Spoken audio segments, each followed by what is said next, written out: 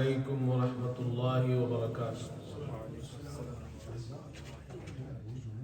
الحمد للہ نحمده ونستعینه ونستغفره ونؤمن به ونتوکل علیہ ونعوذ باللہ من شرور انفسنا ومن سیئات اعمالنا من يهده الله فلا مضل له ومن يضلله فلا هادي له ونشهد أن لا إله إلا الله وحده لا شريك له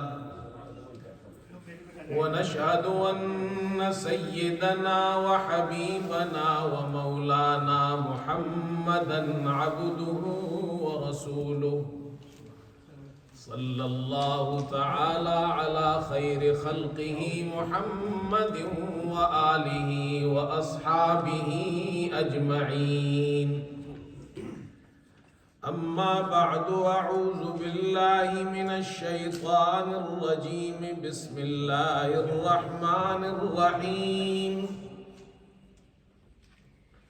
والفجر وليال عشر والشفع والوتر والليل إذا يسر هل في ذلك قسم لذي حجر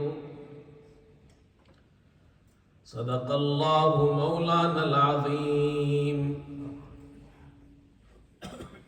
بزرگان محترم اور برادران عزیز، ذو الحجہ کا مہینہ شروع ہو گیا ہے اور یہ اسلامی کیلنڈر کا آخری یعنی 12واں مہینہ ہے۔ اس مہینے میں حج بیت اللہ کا فریضہ ادا کیا جاتا ہے، اس لیے اس مہینے کو ذو الحجہ کا مہینہ کہتے ہیں، یعنی حج والا مہینہ۔ اس ماہ یعنی ذو الحجہ کے پہلے 10 دن یہ بڑے مبارک دن ہے، اور ان دنوں میں نیک اعمال اللہ تعالیٰ کے یہاں بہت زیادہ پسندیدہ اور محبوب ہے۔ یہ ایسے عظیم دن ہے کہ اللہ تعالیٰ نے قرآن پاک میں ان ایام کی اور ان دنوں کی، ان راتوں کی قسم کھائی ہے۔ سورہ فجر کی جو آیتیں آپ کے سامنے تلاوت کی گئی، ان آیتوں میں اللہ تعالیٰ نے ذو الحجہ کے پہلے 10 دنوں کی قسم کھائی ہے۔ یہ ان دنوں کی اور راتوں کی عظمت کی طرف اشارہ ہے۔ فرمایا والفجر وليال عشر والشفع والوتر واللیل اذا یسر، قسم ہے فجر کی۔ عبداللہ ابن عباس رضی اللہ عنہما فرماتے ہیں کہ یہ فجر ذو الحجہ کی 10ویں تاریخ یوم النحر جو قربانی کا دن ہے، اس کا فجر مراد ہے۔ اللہ نے اس دن کے فجر کی قسم کھائی ہے۔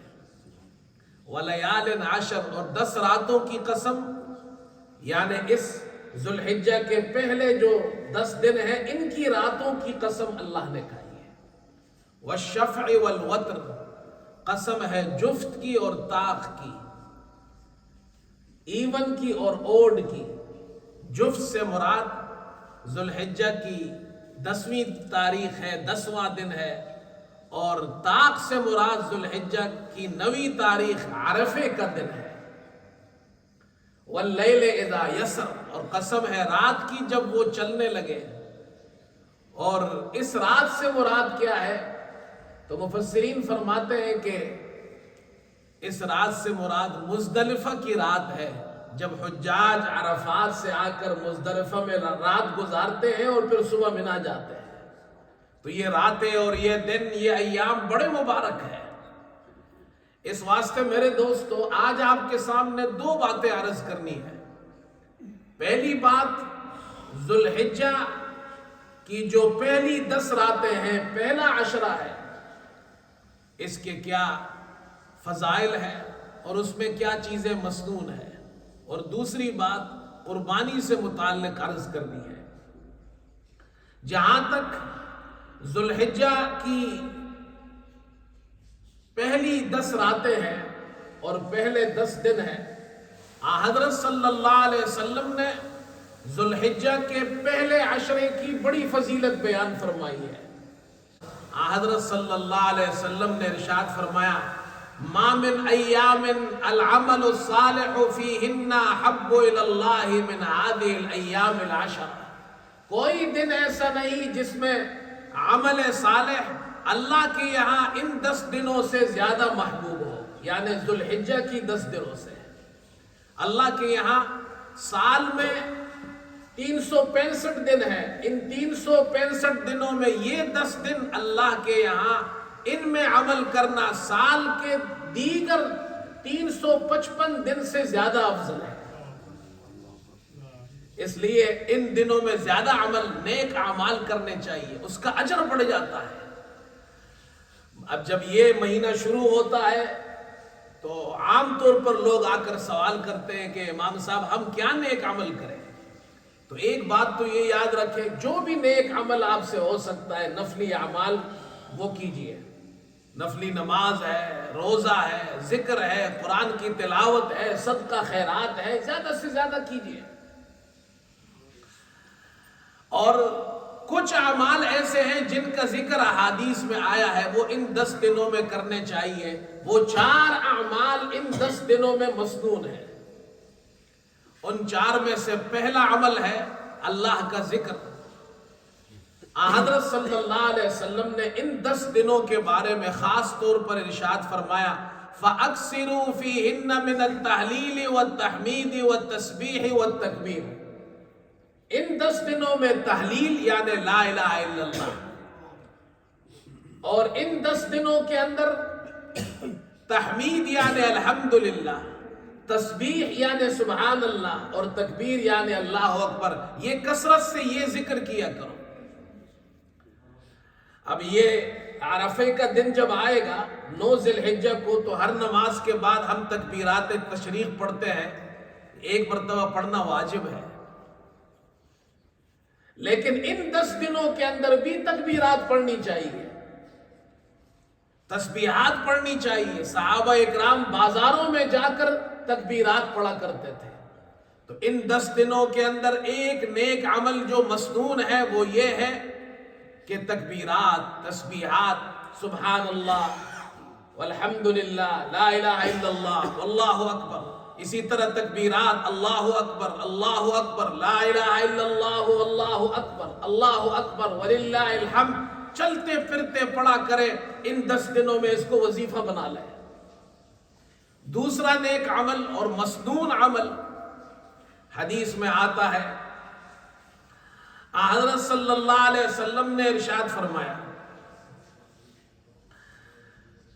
کہ ذوالحجہ کا مہینہ داخل ہو جائے اور تم میں سے کوئی شخص قربانی کا ارادہ کرے، اذا دخل العشر واراد بعضكم ان يضحي فلا يمس من شعره وبشره شيئا، تو وہ اپنے بال اور ناخن نہ کاٹے۔ یہ مسنون عمل ہے۔ ان 10 دنوں میں جب یہ ذوالحجہ کا مہینہ داخل ہو گیا اور جس کا قربانی کا ارادہ ہے وہ بال ناخن نہ کاٹے، یہ تشبہ بالحجاج ہے، حجاج کے ساتھ مشابہت کا حکم دیا گیا ہے۔ یہ مسنون عمل ہے، مستحب ہے۔ حاجی جب احرام میں ہو تو اس کے لیے تو بال کاٹنا، ناخن کاٹنا جائز نہیں ہے، ہم ان کی مشابہت کرتے ہیں، ہمارے لیے مسنون ہے اور ہمارے لیے یہ مستحب عمل ہے۔ حجاج اکرام جب احرام پہن لیتے ہیں تو ان کا وظیفہ کیا ہوتا ہے؟ تلبیہ پڑھتے ہیں، اور جو حاجی نہیں ہے ان کا وظیفہ کیا ہے؟ وہ ان دنوں میں تکبیرات پڑھے۔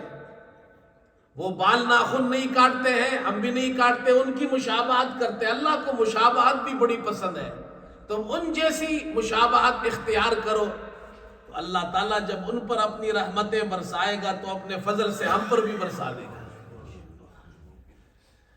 لیکن سوال یہ پیدا ہوتا ہے، بعض لوگ یہ پوچھتے ہیں کہ جی یہ بال ناخن کیوں نہیں کاٹتے؟ تو اس کا جواب دے دیا حاجیوں کے ساتھ مشابہت ہے۔ پھر وہ سوال کرتے جی حاجی کیوں نہیں کاٹتے؟ حاجی بال نہیں کاٹتے، ناخن نہیں کاٹتے، اور اسی طرح جناب پراگندہ بال اور جناب میلے کچیلے کپڑے، اس حالت میں وہ جناب جا کر اللہ کے گھر کا طواف کرتے ہیں، اس کی کیا وجہ ہے؟ تو حضرات علماء فرماتے ہیں، ہم نے بزرگوں سے سنا ہے، وہ فرماتے ہیں کہ حج یہ عاشقانہ عبادت ہے۔ جو شخص اپنے محبوب کی زیارت کو جائے تو اس کو کپڑوں کی فکر نہیں ہوتی ہے، اسے یہ فکر نہیں ہوتی میرے بال کیسے ہیں، وہ اسی حالت میں اپنے محبوب کی زیارت کے پیچھے جا رہا ہوتا ہے۔ تو حج عاشقانہ عبادت ہے۔ حاجی صاحب بھی اللہ کے گھر کی زیارت کے لیے جا رہے ہیں، وہ عشق اور محبت میں سرشار ہو کر جا رہے ہیں، نہ کپڑوں کی فکر ہے، نہ خوشبو کی، نہ بال کی۔ کہتے ہیں کسی نے مجنوں سے پوچھا، وہ گلیوں کا چکر لگا رہا تھا، کہ تمہاری حالت دیکھو، کپڑے میلے کچیلے ہیں، بال بڑھ گئے ہیں، اور تم جناب گلیوں میں چکر لگا رہے ہو۔ تو اس نے جواب دیا، فرمایا کہ مجنوں صفتم در بدر خانہ بخانہ، مجنوں صفتم در بدر خانہ بخانہ، شاید کہ ببینم رخ لیلا ببہانہ۔ میں مجنون در بدر ٹھوکرے اس لیے کھا رہا ہوں، خانہ بخانہ کوچہ بکوچہ اس لیے گھوم رہا ہوں کہ ہو سکتا ہے کہ کسی جگہ میری محبوب لیلا کھڑکی کھول لے تو میں اس کی زیارت کر لوں۔ حاجی صاحب بھی اسی طرح دیوانہ وار بیت اللہ کی زیارت کے لیے جا رہا ہے، اور اس امید میں جا رہا ہے اللہ کی رحمت کی کھڑکی پتہ نہیں کس وقت کھلے گی اور اس کی رحمت کا ایک چھینٹا مجھ پر بھی پڑ جائے۔ تشبہ بالحجاج ہے۔ تیسرا عمل ہے عرفے کے دن روزہ رکھنا، یہ سنت ہے، حاجیوں کے لیے رکھنا سنت نہیں ہے، جو غیر حاجی ہے ان کے لیے رکھنا سنت ہے۔ حضرت صلی اللہ علیہ وسلم نے فرمایا، صیام یوم عرفۃ احتسب علی اللہ ان یکفر السنۃ التي قبلہ والسنۃ التي بعدہ۔ اللہ تعالیٰ اس عرفے کے روزے کی برکت سے، آپ صلی اللہ علیہ وسلم نے ارشاد فرمایا، مجھے اللہ سے یہ امید ہے کہ اللہ تعالیٰ گزشتہ ایک سال اور آئندہ ایک سال کے گناہ معاف کر دیتا ہے۔ اور یہ عرفے کا روزہ 9 ذی الحجہ کو رکھنا ہے۔ اب ہمارے یہاں آج دوسری ذی الحجہ ہے، جس طرح سعودیہ میں ہے، لیکن پاکستان میں آج پہلی ذی الحجہ ہے، ایک دن کا فرق ہے، تو وہ اپنی تاریخ سے رکھیں گے۔ بعض لوگ کہتے ہیں کہ جس دن وقوف عرفات ہو اس دن رکھنا چاہیے، تو اس کا تعلق ذی الحجہ کی 9 تاریخ سے ہے۔ آپ کے ملک میں جب 9 تاریخ ہو تو آپ کو رکھنا ہے، وقوف عرفات اس سے تعلق نہیں ہے۔ بات سمجھ میں آ گئی؟ جو آپ کے ملک میں چاند کے حساب سے 9 تاریخ ہے اس کو رکھنا ہے۔ اس کی وجہ یہ ہے، بعض لوگ یہ کہتے ہیں کہ جی آپ صلی اللہ علیہ وسلم نے فرمایا عرفے کے دن روزہ رکھو، تو جب وقوف عرفات ہو، چاہے آپ کے ملک میں تو 9 تاریخ نہ ہو، 8 تاریخ ہو، آپ رکھیں، یہ درست نہیں ہے۔ اس لیے کہ ایک حدیث میں ابو داؤد کی روایت ہے، حضرت صلی اللہ علیہ وسلم کے بارے میں آتا ہے، ان رسول اللہ صلی اللہ علیہ وسلم کان یصوم 9 من ذی الحجہ۔ حضرت صلی اللہ علیہ وسلم ذی الحجہ کی 9 تاریخ کو روزہ رکھتے تھے، یعنی جب آپ مدینے میں تھے تو 9 تاریخ کو رکھتے تھے۔ معلوم ہو گیا اس کا تعلق 9 تاریخ سے ہے۔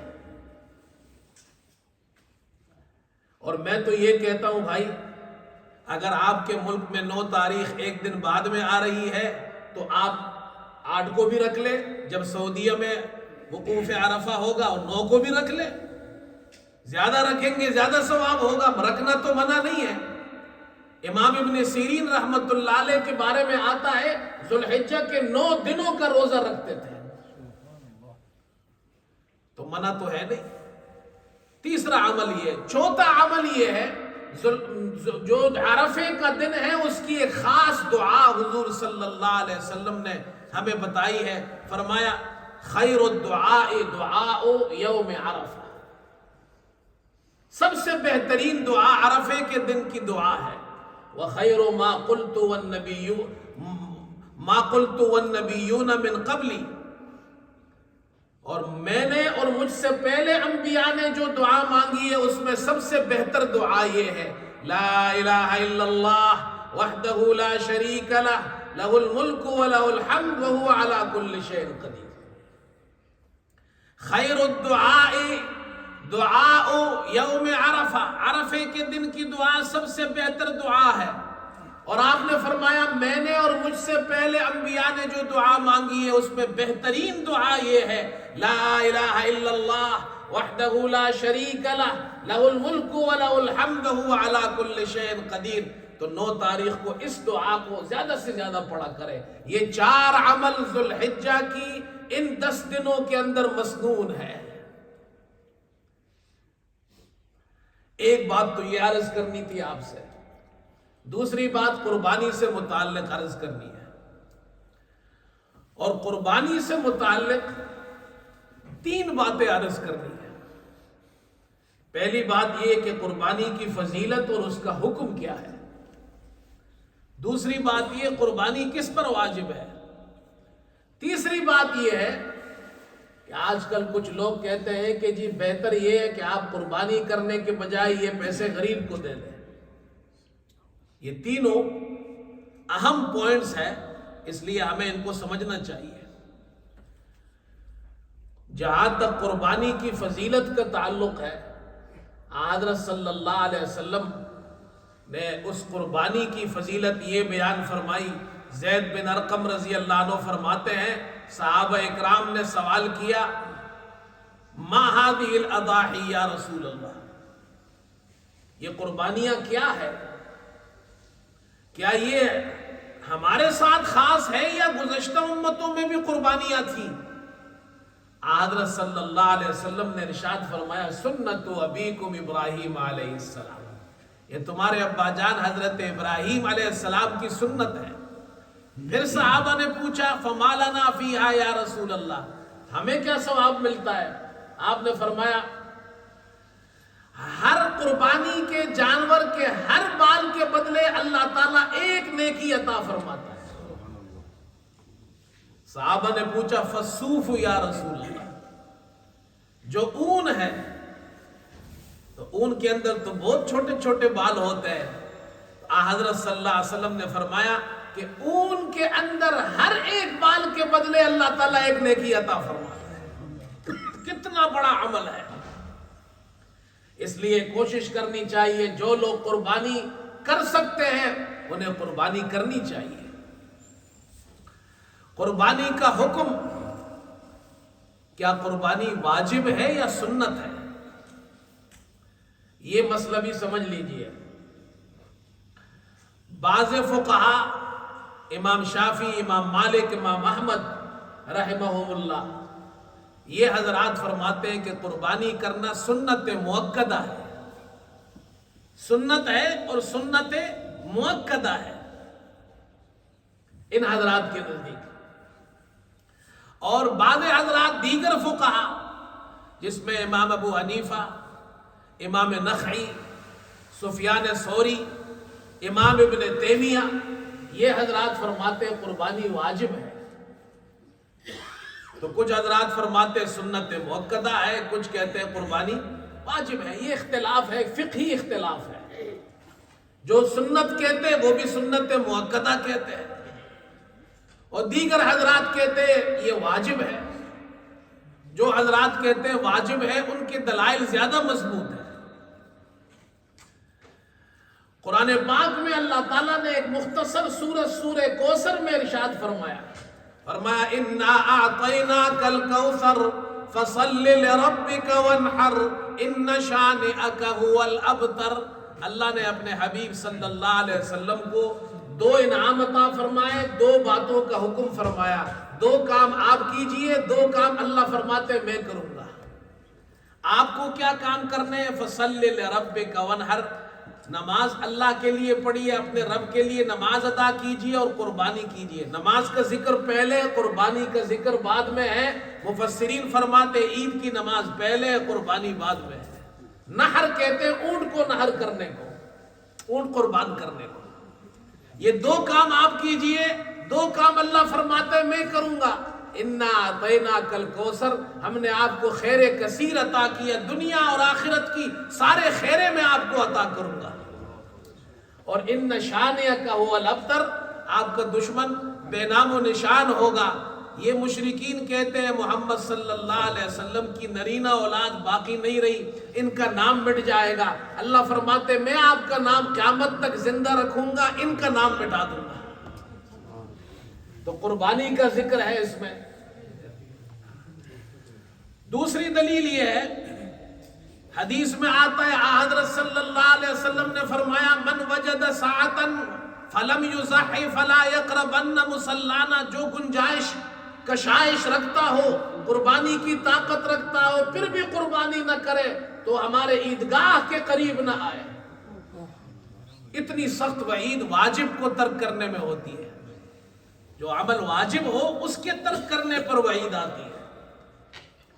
تیسری دلیل بخاری اور مسلم کی روایت ہے، حضرت صلی اللہ علیہ وسلم عید الاضحیٰ کی نماز پڑھا کر نکلے، آپ نے دیکھا کچھ لوگوں نے پہلے سے قربانی کر لی ہے، عید کی نماز سے پہلے۔ آپ نے فرمایا جنہوں نے پہلے قربانی کی ہے ان کی قربانی نہیں ہوئی، فَلْيَذْبَحْ مَكَانَهَا اُخْرَى، اس کی جگہ دوسری قربانی کرے۔ معلوم ہوا قربانی واجب ہے، اگر واجب نہ ہوتی تو آپ ان کو دوبارہ قربانی کا حکم کیوں دیتے؟ تیسری دلیل اور چوتھی دلیل، حضرت صلی اللہ علیہ وسلم ہجرت فرما کر مدینہ تشریف لائے، 10 سال آپ رہے۔ اقام رسول اللہ صلی اللہ علیہ وسلم بالمدینہ 10 سنین یضحی، 10 سال آپ نے لگاتار قربانی کی ہے، 1 سال بھی نہیں چھوڑی ہے۔ یہ اس بات کی دلیل ہے، حضرت صلی اللہ علیہ وسلم نے اس پر مواظبت فرمائی ہے، یہ دلیل ہے واجب ہونے کی، کبھی بھی نہیں چھوڑی۔ اسی لیے امام ابن تیمیہ رحمت اللہ علیہ حنفی نہیں ہے، وہ حنبلی ہے، لیکن وہ بھی فرماتے قربانی واجب ہے، فرماتے وجوب کے دلائل زیادہ قوی ہے۔ جو حضرات کہتے واجب نہیں ہے ان کی دلیل کمزور ہے، امام ابن تیمیہ فرماتے ان کے پاس ایک ہی دلیل ہے، اور وہ دلیل کیا ہے؟ حضرت صلی اللہ علیہ وسلم کی حدیث ہے اذا دخل العشر واراد بعضكم ان يضحي فلا يمس من شعره وبشره شيئا، جب ذو الحجہ کا مہینہ داخل ہو جائے اور تم میں سے کوئی قربانی کا ارادہ کرے تو بال اور ناخن نہ کاٹے۔ وہ فرماتے دیکھو قربانی کا ارادہ کرنا، تو قربانی کو ارادے کے ساتھ معلق کیا ہے نا، ارادے کو قربانی کے ساتھ، قربانی کو ارادے کے ساتھ معلق کیا ہے۔ وہ فرماتے ہیں واجب ارادے کے ساتھ معلق نہیں ہوتا، جو چیز ارادے کے ساتھ معلق ہو جائے وہ واجب نہیں ہوتی ہے۔ میں فلاں کام کا ارادہ کروں گا، اس سے واجب نہیں ثابت ہوتا۔ لیکن امام ابن تیمیہ فرماتے ہیں یہ بات بھی کمزور ہے، 2 وجہ سے۔ ایک اس لیے کہ اللہ تعالیٰ نے قرآن پاک میں واجب اور فرض کو ارادے کے ساتھ معلق کیا ہے۔ اذا قمتم الى الصلاة فاغسلوا وجوہکم، جب تم نماز کا ارادہ کرو تو اپنا چہرہ دھو، یعنی وضو کرو۔ نماز فرض ہے، اس کو ارادے کے ساتھ معلق کر دیا۔ حضرت صلی اللہ علیہ وسلم نے ابو داؤد میں حدیث ہے، آپ نے فرمایا من اراد الحج فلیتعجل، جو حج کا ارادہ کرے وہ جلدی کرے۔ حج واجب اور فرض ہے، ارادے کے ساتھ معلق ہو گیا، تو واجب بھی ارادے کے ساتھ معلق ہو جاتا ہے۔ اس لیے امام ابن تیمیہ فرماتے ہیں ان کی دلیل کمزور ہے، اور جو کہتے ہیں واجب ہے ان کے دلائل زیادہ بھی ہیں اور قوی بھی ہے۔ کچھ لوگ کہتے ہیں کہ حضرت ابو بکر اور حضرت عمر رضی اللہ عنہما کبھی کبھی بعض مرتبہ قربانی نہیں کرتے تھے، اس سے معلوم ہوا قربانی واجب نہیں۔ ملا علی قاری رحمت اللہ علیہ فرماتے ہیں ابو بکر اور عمر رضی اللہ عنہما جو بعض مرتبہ قربانی نہیں کرتے تھے، وہ اس لیے نہیں کرتے تھے کہ ان دنوں میں اور ان سالوں میں وہ صاحب نصاب نہیں ہوتے تھے۔ ان کے پاس اتنا مال ہی نہیں ہوتا تھا، باوجود خلیفہ ہونے کے ان کے پاس اتنا مال ہی نہیں ہوتا تھا وہ قربانی کرے۔ تو جس کے پاس اتنا مال نہ ہو تو نصاب تک پہنچے تو قربانی اس پر واجب ہی نہیں ہے۔ معلوم ہوا قربانی کرنا، جو شخص قربانی کی استطاعت رکھتا ہے، صاحب نصاب ہے، اس پر قربانی واجب ہے۔ دوسری بات میں مختصراً عرض کر رہا ہوں تاکہ یہ مسائل آپ کو سمجھ میں آ جائے، قربانی کس پر واجب ہے۔ تو یہ یاد رکھیے، جس شخص کے اندر 6 باتیں پائی جائے اس پر قربانی واجب ہے۔ یہ 6 نمبر یاد کر لے بھائی، تبلیغ والے بھی 6 نمبر بتاتے، ہم بھی 6 نمبر بتاتے، تو ہے تبلیغ والے۔ ہمارے ایک استاد فرماتے تھے بھائی، سبق پڑھاتے تھے، وہ کہتے 6 نمبر کا سبق یاد کر لو۔ تو 6 نمبر یاد کر لو، قربانی میں 6 نمبر 6 باتیں ہوں اس پر قربانی واجب ہے۔ نمبر 1، مسلمان پر قربانی واجب ہے۔ نمبر 2، آزاد ہو۔ پہلے زمانے میں غلام ہوتے تھے، آج کل نہیں ہوتے، لیکن کتابوں میں لکھا ہے پہلے زمانے میں غلام ہوتے تھے، جو غلام ہو اس پر قربانی واجب نہیں ہے۔ نمبر 3، عاقل پر قربانی واجب ہے، مجنون اور دیوانے پر واجب نہیں ہے۔ بالغ پر قربانی واجب ہے، نابالغ بچہ ہو بچی ہو، اس کے پاس مال میراث میں باپ کا مال ملا ہو، ماں کا مال ملا ہو، تو اس پر قربانی واجب نہیں ہے۔ ہاں، ایک مسئلہ اچھی طرح سمجھ لیجئے، جو بچے اور بچیاں گھروں میں بالغ ہو گئے ہیں، 14-15 سال میں بالغ ہو گئے، اور ان کے پاس اتنے پیسے ہیں جو نصاب تک پہنچ جائے، ہمارے یہاں تقریباً 340 پاؤنڈ جس کے پاس ہو صاحب نصاب ہوتا ہے، عید کے دنوں میں اتنے پیسے ہو اس پر قربانی واجب ہے۔ آپ کا بچہ اور بچی بالغ ہے، اتنے پیسے ہیں تو قربانی واجب ہے۔ چلو اگر اس کے پاس پیسے نہیں ہیں لیکن کپڑے اس کے پاس ضرورت سے زیادہ ہے، 15-20 جوڑے ہیں، جیکٹیں 10-15 آپ نے خریدی ہوئی ہے، 5-10 جوڑے ہمارے ان بالغ بچوں کے پاس ہے، اور ان سب کو جمع کریں، ضرورت سے زیادہ ہے، تو وہ تو 340 کیا، وہ تو 3000 پاؤنڈ تک پہنچ جائیں گے۔ ایسے بچوں پر بھی قربانی واجب ہے۔ یہ ماں باپ اس کا خیال رکھے۔ سمجھ گئے؟ 4 ہو گئی ہے۔ 5واں، مقیم پر قربانی واجب ہے، مسافر پر نہیں ہے۔ جو ان دنوں میں 10، 11، 12 ذوالحجہ عید کے دنوں میں مسافر ہو اس پر قربانی نہیں ہے، مقیم پر ہے۔ کچھ لوگ پوچھتے ہیں جی حاجی لوگ جو مکے میں ان پر قربانی ہے یا نہیں؟ تو ایک تو جو حج کرتے ہیں ان پر حج کی قربانی ہے، قران اور تمتع کے اندر۔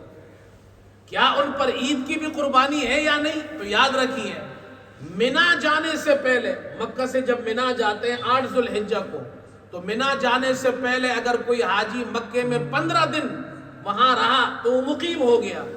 اب یہ مقیم صاحب، حاجی صاحب، اب 8 تاریخ کو منا جا رہے ہیں، یہ حج کی بھی قربانی کریں گے۔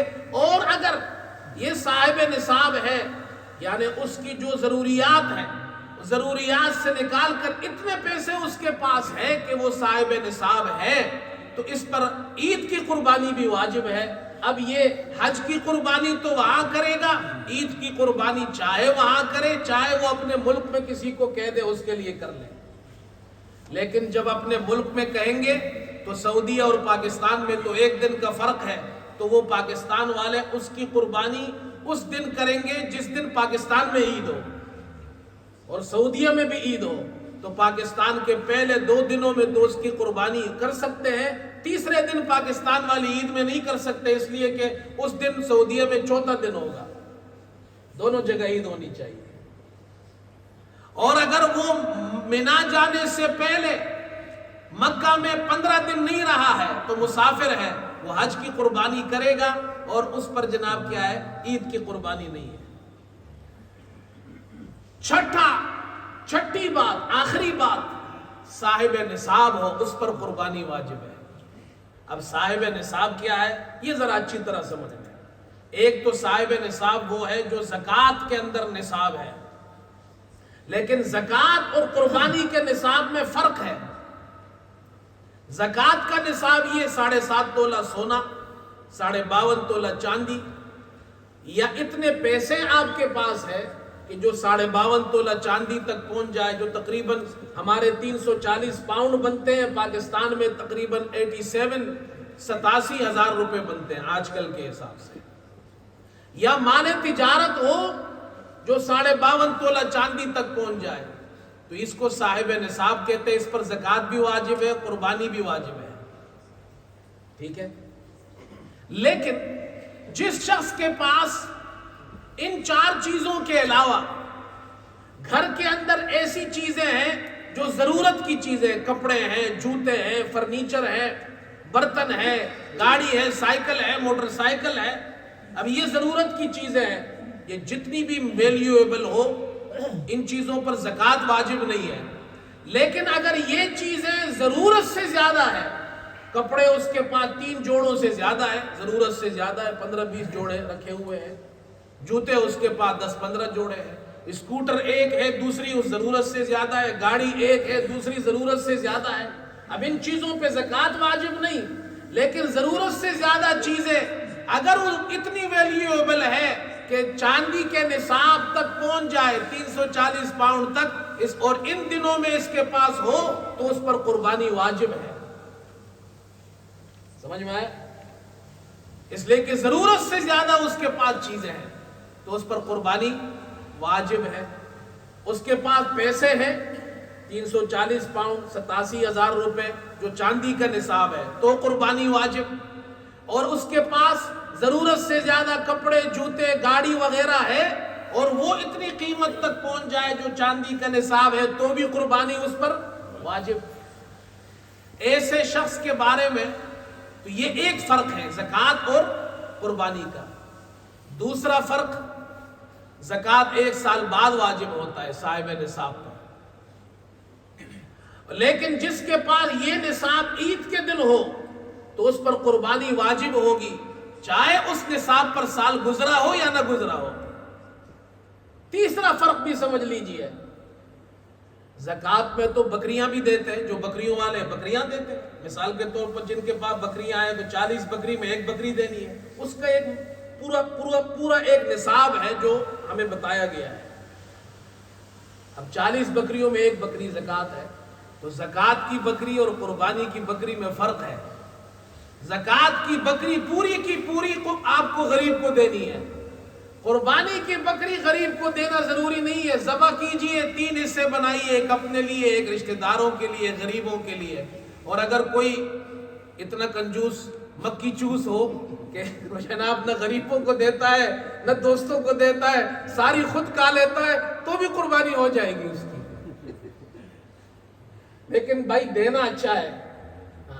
میں تو یہاں لوگوں سے کہتا ہوں جو ہمارے آس پاس غیر مسلم رہتے ہیں ان کو بھی دو، اور دینا جائز ہے، ان کو بھی دے سکتے ہیں آپ، تو صاحب نصاب پر قربانی واجب ہے۔ یہ 6 باتیں جس کے اندر ہو اس پر قربانی واجب ہے، سمجھ گئے بھائی؟ تیسری بات، آج کل لوگ کہتے ہیں، کچھ لوگ ماڈرن قسم کے لوگ پیدا ہو گئے ہیں، وہ کہتے ہیں جی قربانی کے بجائے یہ پیسے غریب کو دے دو، تو یہ قربانی آپ کریں گے 100-150 پاؤنڈ کی قربانی ہے، پاکستان میں ایک حصہ ڈالو تقریباً 15,000 روپے تک آ جاتا ہے۔ یار یہ 15,000 اور 100 پاؤنڈ جب آتے ہیں قربانی کے، تب آپ کو غریب یاد آتا ہے؟